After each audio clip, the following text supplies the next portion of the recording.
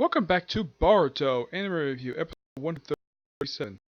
This time I'm reviewing the 130th episode of Boruto Naruto Next Generation's Hiashi's Birthday. Yep, this episode is really good. Here's how the reasons why it's good. Episode opens up with a scene that I never thought you would see in this series. Hinata having a conversation with her sister. Yes, by far the first time in the series these two have ever interacted in this particular series. Last time they interacted, chronologically, was the final episode of Naruto Shippuden. That was 2 years ago. Well, yeah, almost 3 years ago. Like, why in the world the people who made Boruto basically couldn't allow this to happen? I have no idea. Now, they discuss a few things on here. Like, for instance, they discuss the fact that, well, okay, something else. That Hiashi's birthday is coming up, and he really wants to see his grandchildren. And Naz brings up the fact that he chances to see when he went camping last, because he had to go camping. That is referencing a previous arc in the series, the arc that came just before the most recent arc of the series, which I thought was really good. The fact to reference that, and he wants to see that. Well, and of course, Hinata brings it later at dinner time. In the first of two scenes, you see Naruto in. Yes, Naruto makes an appearance in this very episode. Last episode, you only saw him for one scene. This time, two scenes. First one, see him at the Uzumaki house. I think this is the first time in the episode you see it.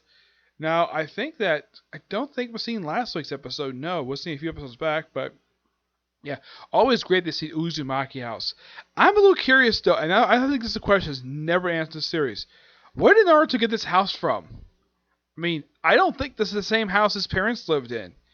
No, as for where he got the house from, my personal theory, and this is just a theory I have, that Hiashi must have given him this house as a wedding present at the wedding. Either that, I don't think Naruto bought this house. No, I think it was given to him. Because he's a hero, so he probably was given this house as a present, either from Hiashi or one of his friends got him this house as a wedding present. Yeah, but who knows? And of course, well, Naruto basically mentions because he tells about his father-in-law's birthday coming up. He says, "Okay, I'll put up a day off my schedule to go for that." Like, okay, good on you for doing that because, yeah, that actually is something that's referencing something that's been sort of building up, like following up what happened with the end of the Chunin exam arc and the fact that Naruto is spending more time with his family now instead of just basically spending all the time in the office. Which, that is fantastic. Building up on more established stuff happening in the series. Now, they don't reference the Chunin exam, but this is building on something that's been, well, there since that particular arc. And, well, Boruto and Himawari got to get their grandfather birthday presents. Okay. So, and then we see Naruto at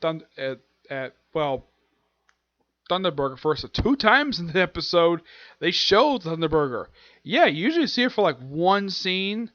It very rarely you see more than one scene. This is one of those rare times you see it twice in the same episode because, I mean, even this place was just seen in a very previous episode of the series. Great to see locations again because it's a location they frequently go to. It's basically, if you think of Thunderburger, it's kind of like it's like McDonald's in Naruto universe, just called Thunderburger. Yep, and like Boruto especially can't figure out something for his grandfather. Like, so he has Mitsuki to help. Yes, Mitsuki. And what about Sadara? Well, she appears for one scene. I don't think she shows up again after this. Mitsuki himself, it's like, okay, we try to make it to 2 compounds, figure out what Hiashi likes, and then they're caught by Hanabi, Hinata's sister. And of course, he refers to her as Big Sis Hanabi. Mitsuki finally says something about this because this is something I think a lot of viewers mentioning in this, that Naruto calls his aunt Big Sis. And Mitsuki is the one who points, hey, okay, I know you're Boruto's aunt, why does he call you Big Sis? And I think she's about to explain it, and I think Boruto just cuts her off because I think he's kind of embarrassed by it. That's my personal guess. And because, well, she kind of mentions that she's kind of like a big sister to him. I know she's one of 2 characters that he first to this. The other is another character who appears in this very episode. First time she's actually appeared since it seems so. I'll get to her. So they're talking for a while, and then we have a guy with a big bat, a club, a spike club, challenging Hiashi to a fight. And Hiashi basically, of course, Boruto and Misuke to hide outside because Boruto wants her grandfather to see them. So,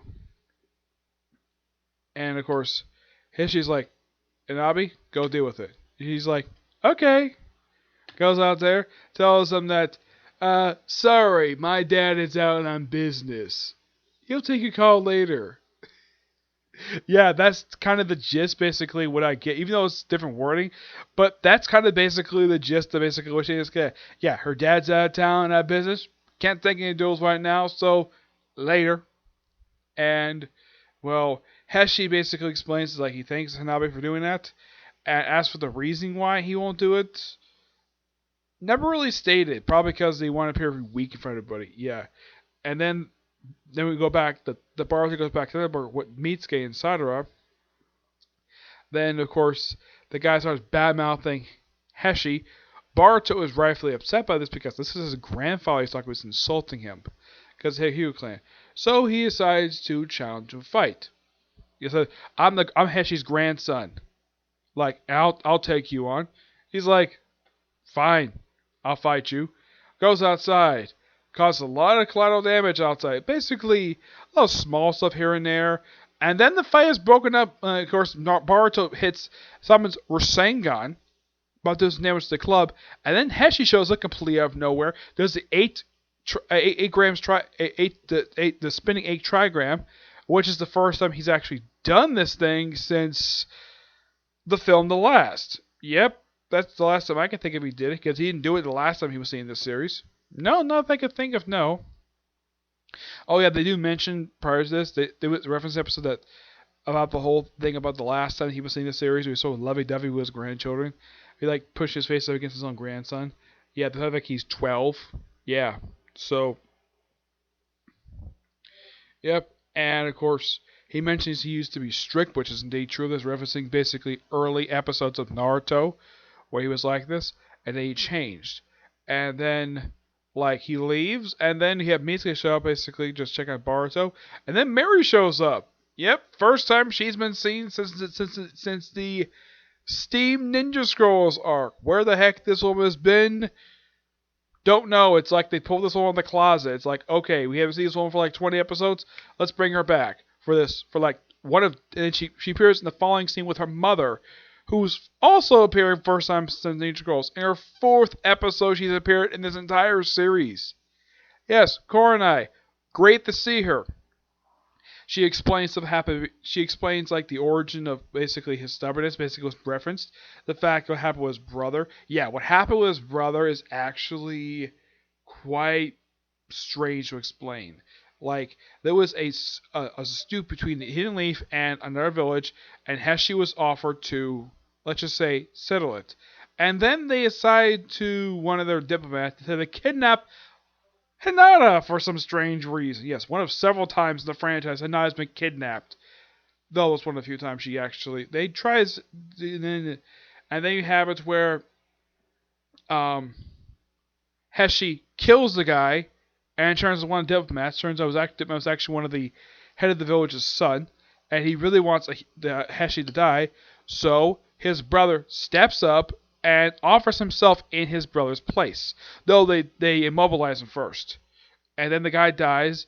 He said that death was his only release in the matter, and of course, he later explains this years later to Neji, because Neji, of course, hated him for years because of this.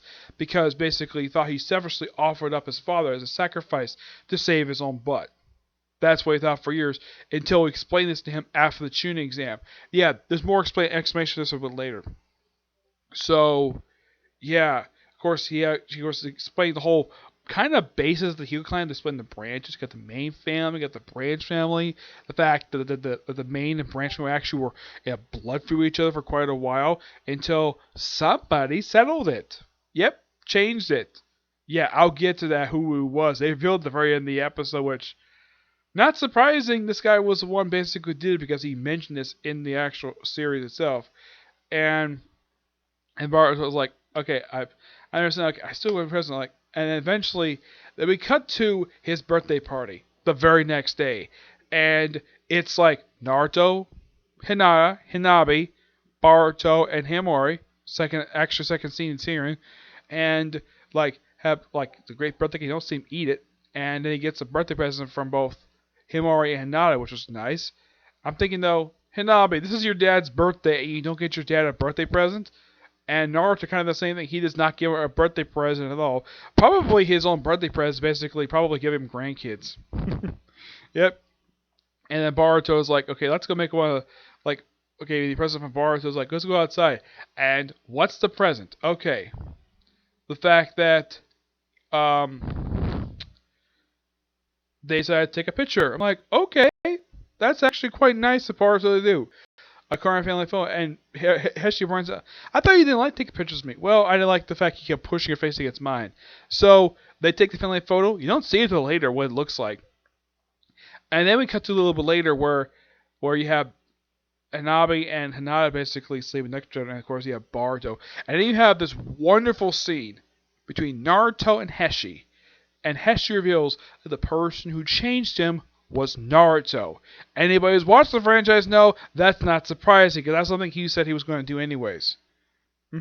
Yep. Yeah, which I thought that was really good. The fact that they referenced something. Yeah, we kind of already knew that. I mean, yeah, it does confirm that. Yep, that Naruto did change Hyuga Clan. How he changed it? Well, they kind of mentioned it basically started with during his fight between him and Neji during the original Chunin exam back in season 3 of the Naruto show. Yep. And well, yeah, that kind of started it, but it wasn't like you don't get full explanation here. And he thanks Boruto for giving him a new family, basically thinking make him a grandfather. Probably maybe sometime in the future, maybe Hanabi will make himself a boyfriend. Here's kind of the strange thing about Hanabi, is that outside of Naruto, she's never interacted with any of Naruto's friends. I mean, I would say probably the only person who I could think of probably a good fit for her is probably Konohamaru, but nothing's been mentioned on the matter. Yeah, as for who Konohamaru can get involved with, there's only a couple people I could possibly see him get involved with who are around his age. One, of course, is Nabi. And of course, is Mogi, a character who's done nothing the whole series. Yep. And, well, then the episode ends with Naruto basically leaving his house. Yeah, the second time in the episode you see it. You don't see the inside, though, but you see the outside of it. Yeah, and of course, Satoru asks, like, what his birthday present was. And then Hiashi shows up. Okay, he actually has a scarf, basically. That was the present he got from Hinata and Himawari, which I think that was a cool nod to the last, basically getting a scarf. Yeah, this is a key plot point in the film The Last, which I do appreciate the fact they actually reference it here, but different color. In the film, the scarf was red. In the show, this scarf is actually orange, which I think might be his favorite color. I have no idea. They never mentioned favorite color in the series. I can't think of any character who they mentioned a favorite color in the series. I think probably Naruto's favorite color is probably orange because he frequently seen wearing orange. Yep. He's like, "Hi, Bart, how you been?" Bart's like, "Hey, I just saw you yesterday at your birthday party," and the episode ends with him basically just hugging him. Yeah, it's a nice moment. Next week's episode, we're gonna see the return of a character I never thought was gonna appear in the series. Yeah, it's the guy who was the guy who was the first proctor of the first Trinity exam, the one with the scars on his face. Yeah, I'm like, he popped up frequently in shipping. I'm surprised to see that he's coming back. Like, I think the last time I saw this guy was probably during the Pain arc. Yeah, because I don't remember this guy actually appearing after that. No, but surprisingly, wow, I never expected to see this guy again. Like, if you watch the original Naruto show, and you remember the first proctor when he did the whole written test thing, you know what character I'm talking about. Yeah, you know what character I'm talking about, so... Okay, I'm just checking something. It's nothing. Yeah, you know what I'm talking about, and... Yeah, we're going to follow up with Team 40. First time since our standalone episode we've done anything with this team at all, which Yeah, that's something you can kind of basically accuse people who read this series that a lot of the characters in the series outside of Team 7 don't get a lot of character development in the series. I mean, this is the team that has the kid who's a big Kakashi fan. Yeah. Now, as far as I can tell, this is that team. But I thought, though, Team 40 was the team with Metal Lee, Iwambi, and Dekai. I thought that was Team 40. Yeah, I'm not sure exactly what happened. I thought this is particularly very strange. But yeah, overall, really good episode. Great standalone episode, and nice, like, quiet, upbeat episode, except for the brief action bit. This is a really good episode, and something that basically I do appreciate people who actually. It's like the person who wrote this episode actually has one, watched the series, and two, doesn't establish stupid retcons. Excuse me, like it's happened a couple other times in the series. Like what happened in the Ghost Lake dimension that Hidden Leaf Village was attacked. I'm thinking though, like no, it wasn't. Another time it happened was where they actually recognized something that was actually mentioned in a light novel. Yes, in the Garo light novel, it was mentioned that the Hidden Sand Village had no problem with Chikahamaru marrying Tamari. And yet, in the anime, they changed it where, yeah, they thought they were stealing the princess. They were upset by this. Yeah, that contradicts what happened in Light Novel, which I still think that novel was canon, and that was a bullcrap retcon. And I think that maybe the other writers probably ignored it because they probably thought maybe a small group of them. But I would think though that the village had no problem with Gaara's sister marrying someone from the Hidden Leaf because they're allies. Yeah, but at least we don't have a stupid retcon here, thank God. And well, yeah, great episode built with some continuity, referencing previous series, which that was really good. And well, overall, really good episode. Thoroughly enjoyed it, okay? So yeah, now normally I would not do Boruto first because you probably think, okay, where's my One Piece review? Well, there's a reason for that. One Piece didn't air yesterday. It was not released. Nope. Actually, it skipped a week. And case closed. No new episode. What about My Hero Academia? Why didn't you do that one? Because there was no episode released for it. No dub. Yeah, dub wasn't released yesterday. So I might review that probably this coming Saturday. Yeah, but at least gives me 1 week off of My Hero Academia. Yeah, I think probably the only review I'll probably do today is probably going to be Rema Half, and that's pretty much it. Yeah, so until I see you on next two, probably Renma. I am still going to work on the good things that happen in your comics, I believe, but I'm still working on it. I've only got about 6 things so far. I'll probably put more of it near future in probably either today or tomorrow. Okay? Yeah, but only 2 videos today, surprisingly. Yeah, no manga review today. Nope. But until I see you next review. Bye.